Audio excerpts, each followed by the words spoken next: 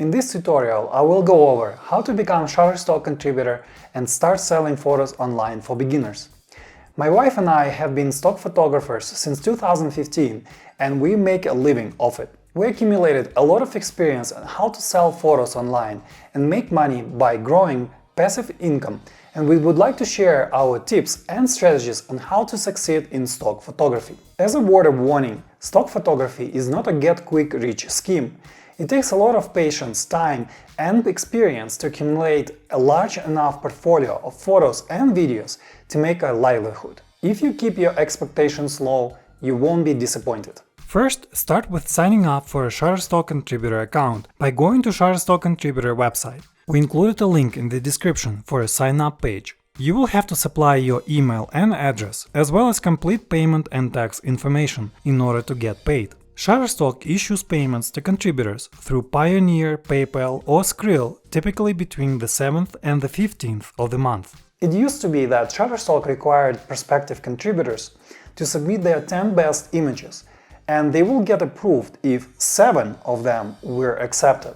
However, Shutterstock no longer does that. So to become a Shutterstock contributor and start selling photos online is easier than ever.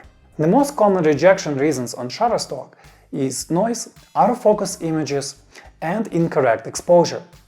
At least for us, the top 2 reasons for rejections are noise and out-of-focus images. In order to maximize your acceptance rate, there are several important steps to take, some of them even before you click the shutter release button on your camera. First, I highly recommend using RAW format to take photos. Why do so? Because RAW format, compared to JPEG images, they store much more information and contain higher dynamic range of colors. This means that you can recover a lot of details from shadows and highlights compared to JPEG images, without bringing out a lot of noise.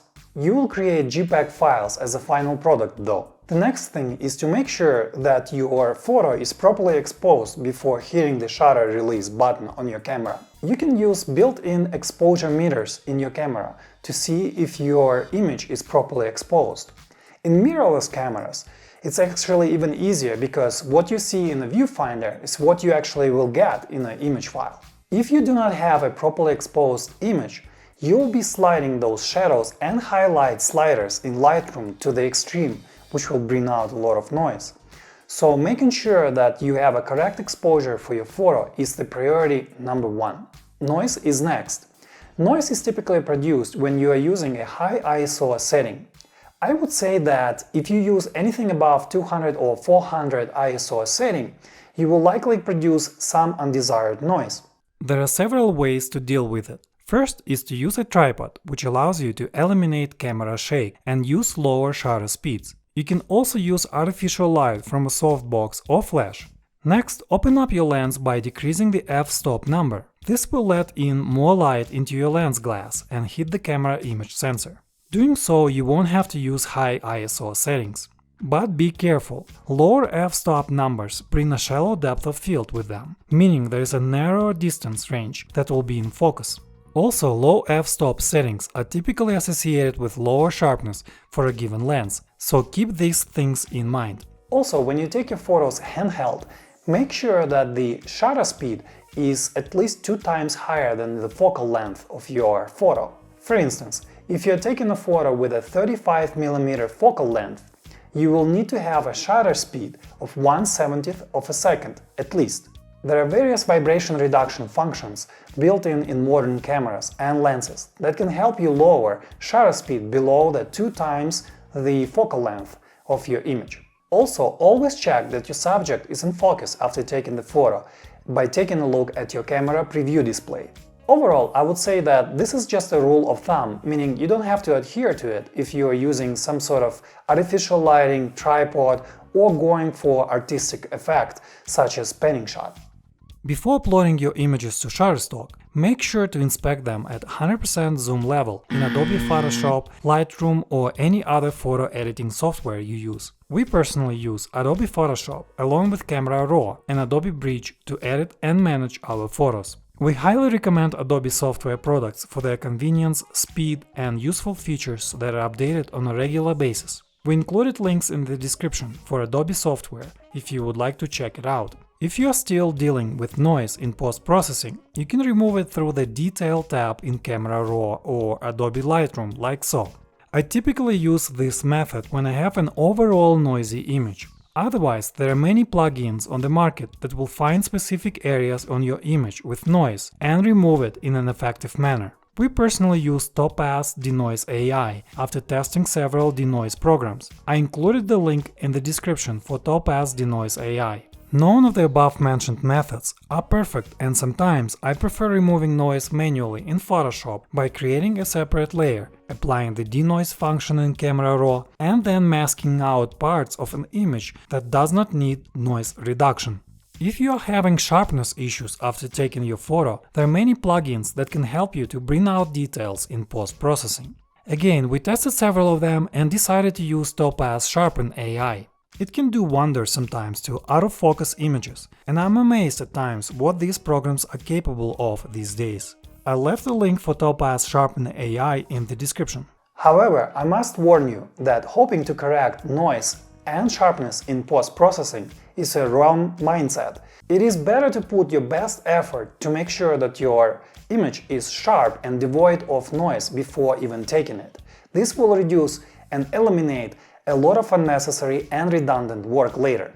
Without boring you with tons of details, our typical post-processing workflow consists of editing our photos first in Camera Raw, which is an equivalent of Adobe Lightroom. Here we focus on bringing out shadows or reducing highlights as necessary. We also adjust clarity, sharpness, noise, vibrance, and saturation. Next, we open up the image in Adobe Photoshop. Here we remove any logos or unneeded subjects, as well as do skin retouching if necessary, such as smoothing and removing blemishes for portraits. We also typically use 3 plugins, such as the aforementioned Topaz Denoise AI, Topaz Sharpen AI, and DxO Nik Collection, especially their Color Effects suite. The links for these programs are in the description. All these programs come with free trials if you want to give them a try. We do not use Topaz Sharpen AI if an image is sharp enough. Instead, we sharpen our photos using Unsharp Mask on the Lightness channel in Lab mode in Photoshop. This is probably one of the best methods to do sharpening, as you can avoid aggravating artifacts and color noise by doing so in the lab mode. Also, make sure to save your images as JPEGs in sRGB color mode as a final product. We highly recommend numbering your RAW and JPEG images, and if you have time, give them short names by describing what is depicted in the image. For instance, we would name this first ever photo for Shutterstock as 00001 Ice Lake Colorado JPEG, along with its RAW counterpart like so. While the name is not so important, numbering is crucial. You want to have a record that is easy to track in case you decide to resubmit your image in the future. The next task is to keyword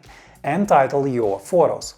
We made a tutorial where we delved in great details how to properly keyword and title your images on Shutterstock and other platforms to maximize your sales. We included a link to this video up above and in the description below.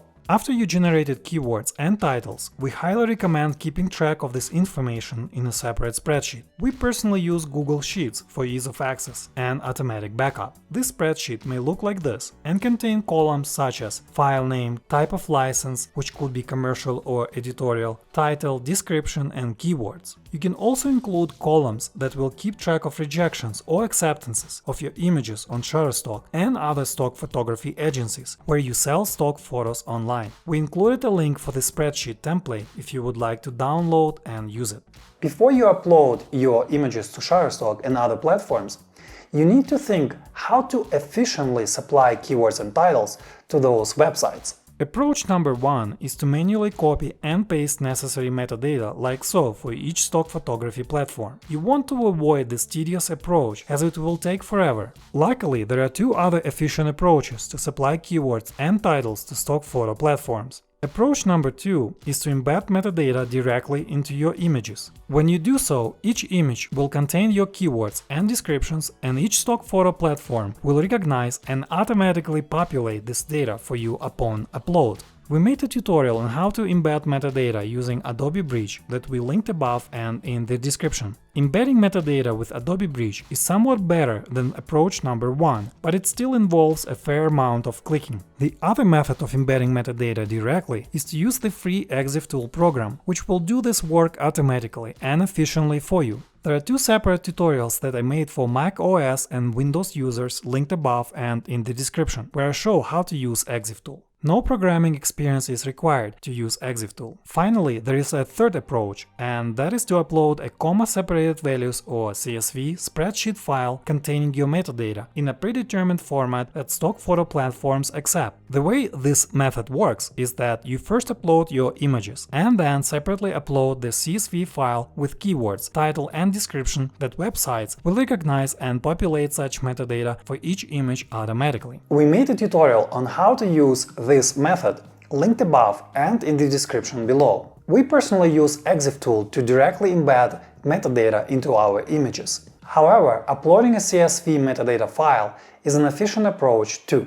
The next part is to upload your images. You can upload your images either directly through the Shutterstock website, like so, or use a special file transfer protocol or FTP program. We personally use the free FileZilla program. I included the link down below for this program. Once you uploaded your images, you will need to choose the type of license for each image, which are either commercial or editorial. Commercial images typically do not contain any recognized people or property, including logos and trademarks. In case you have a recognizable person or property, you are required to supply Shutterstock with a model or property release. While each stock photo platform has its own format for releases, we personally use the Easy Release app that conveniently generates JPEG and PDF versions of model and property releases that are accepted by almost all major stock photo agencies. Easy Release does all this work digitally, including getting signatures from models or property owners on your phone. We personally use this app and will link it in the description. It costs a little bit of money, but it is totally worth it by saving a lot of headaches down the road. Editorial images typically contain recognizable people and property for which you cannot supply model or property releases. Editorial images come with their own restrictions. For instance, editorial images cannot be used to promote products or for other commercial uses. This limits the use of editorial images to news and other informational purposes. For this reason, many stock photographers prefer taking commercial photos. We take both types of photos and they sell well for us. Finally, you would choose 2 categories for each image and maybe location if it is important for your content. I would say it's mostly important for recognizable places. Otherwise, you can leave this field blank. Then hit the submit button and you are done. If you have multiple images, you can select and submit them all at the same time. Around 2020, Shutterstock introduced weekly limits and you can only submit 500 images and 100 videos in any given 7-day period. On average, it takes 2 to 5 days for Shutterstock reviewers to go over your content and approve it or reject it. Do not get discouraged if your rejection rate will be high at the very beginning. Our acceptance rate ranges between 50 to sometimes 90%, depending on the badge, quality of photos, and other factors. Sometimes we get a picky reviewer who rejects a lot of our high-quality images for some dubious reasons, maybe because he had a bad sleep on that day or something. One way to cope with rejections is to improve your photography skills. Also, you can take a note of the rejection reason. Try to correct it for the image if you think it's worth it, and resubmit it again for review.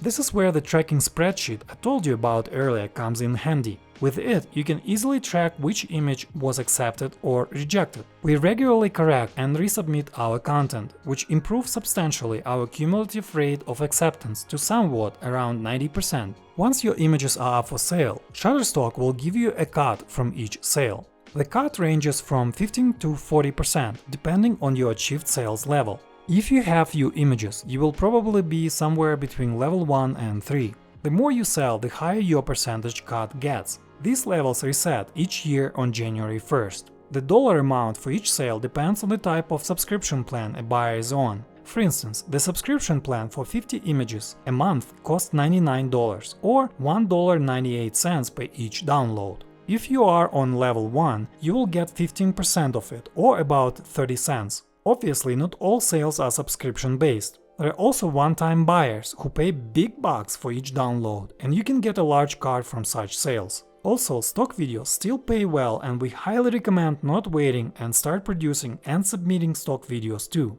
Overall, the amount you earn will highly depend on the type of a buyer and which subscription plan he or she is on. As a Shutterstock contributor, your goal is to smash through those levels as quickly as possible and not leave money on the table for Shutterstock to pick up. You can do so by uploading high-quality content that is in demand and properly keyworded and titled to make sure that it shows up in the first pages of search results when a buyer looks for an image. Higher sales will eventually come on Shutterstock as you continue expanding your portfolio and gain a lot of experience with providing keywords and title for your content. Overall, you need to remember that stock photography is a numbers game and it's a long game. We made 2 videos where we discuss in details cons and pros of selling photos and footage online, as well as share our tips and strategies for success. We link those videos above and in the description below. Also, there is a creative aspect to stock photography. You will need to train your eye to see creatively, which is a fun process in and of itself. While there are so many resources out there on photography, our personal preference is books by Brian Peterson, who is a successful photographer and even better teacher with an extensive experience of running his own photography school. My all-time favorite book by Brian is Learning to See Creatively, first published in 1988. It was my first photography book I got hold of that helped me hone my photography skills. Brian wrote many other excellent books, such as Understanding Exposure, Understanding Composition, Understanding Close-Up Photography, among many others. I highly recommend his books if you are just starting or want to brush up on your knowledge. I included the links to Brian Peterson books in the description. Also, there is a whole skill of learning to edit your photos in Photoshop. When I started my photography journey, I watched many classes online from Creative Live. There is a class by Ben Wilmore on how to master Photoshop and fundamentals of photography by John Gringo that I highly recommend. While Creative Live offers subscription or one-time payment for a specific class, they often make some of their classes available for free when they broadcast them live. This is actually how I got to watch and learn from them. If you head to their classes and then the on-air section, you will see what's available to watch for free. The only downside is that you need to be available to watch these classes when they are on air. That is it for today's tutorial. I hope it provided you with inspiration to start uploading your content to Shutterstock, sell photos online, and gradually build up your passive income stream. If you enjoyed this video, please hit the like button and subscribe to our channel. We will have more tutorials on stock photography and how to succeed in it. We also regularly post travel guides and other photography tutorials.